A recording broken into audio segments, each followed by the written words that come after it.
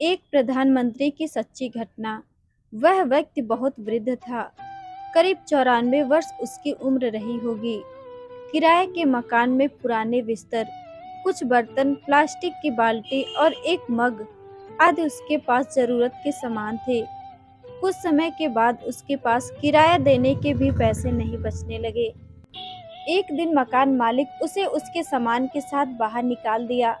उस वृद्ध ने किराया देने के लिए कुछ दिनों का मोहलत मांगी, लेकिन मकान मालिक ने एक नहीं सुनी। आखिर पड़ोसियों को उस वृद्ध पर दया आई और उन्होंने मकान मालिक से अनुरोध किया कि उसे कुछ समय दे दो। मकान मालिक ने सभी के कहने पर उसे कुछ समय के लिए और रहने की मोहलत दे दी। वृद्ध खुश होकर फिर से अपना सामान अंदर ले गया।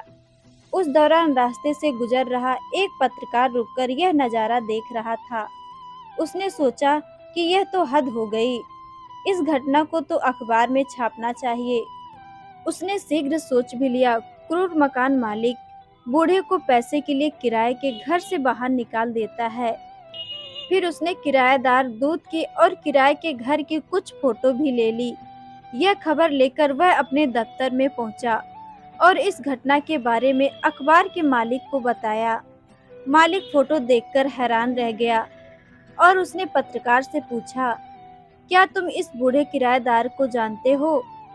पत्रकार ने कहा, नहीं। इसके बाद अगले दिन अखबार के फ्रंट पेज पर बड़ी खबर छपी, जिसका शीर्षक था, भारत के पूर्व प्रधानमंत्री गुजारी लाल नंदा एक दयनीय जीवन जी रहे हैं। न्यूज में आगे लिखा था कि कैसे पूर्व प्रधानमंत्री किराया नहीं दे पा रहे थे और कैसे उन्हें मकान मालिक घर से बाहर निकाल दिया। टिप्पणी की थी कि एक व्यक्ति जो 2 बार पूर्व प्रधानमंत्री रह चुका है और लंबे समय तक केंद्रीय मंत्री भी रहा, उसके पास अपना खुद का घर भी नहीं है। इस खबर के बाद दूसरे दिन वर्तमान प्रधानमंत्री ने मंत्रियों और अधिकारियों के वाहनों के एक काफिले को उनके घर भेजा। इतने वाहन और वीआईपी वाहनों की कतारों को देखकर मकान मालिक भी भौचक्का रह गया। जब उसे यह पता चला कि मैंने जिसे किराए पर अपने मकान में रखा है वह और कोई नहीं, भारत के पूर्व प्रधानमंत्री श्री गुजारी लाल नंदा हैं, तो वह अपने दुर्व्यवहार पर बहुत ही शर्मिंदा हुआ और तुरंत ही गुजारी लाल नंदा के चरणों में झुककर माफी मांगने लगा।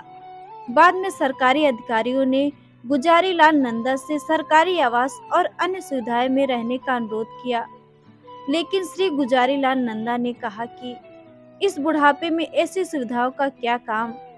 यह कहकर उनके प्रस्ताव को स्वीकार नहीं किया। गुजारी लाल नंदा अंतिम सांस तक वे एक समान नागरिक की तरह एक सच्चे गांधीवादी बनकर रहे। 1997 में सरकार ने उन्हें भारत रत्न से सम्मानित भी किया।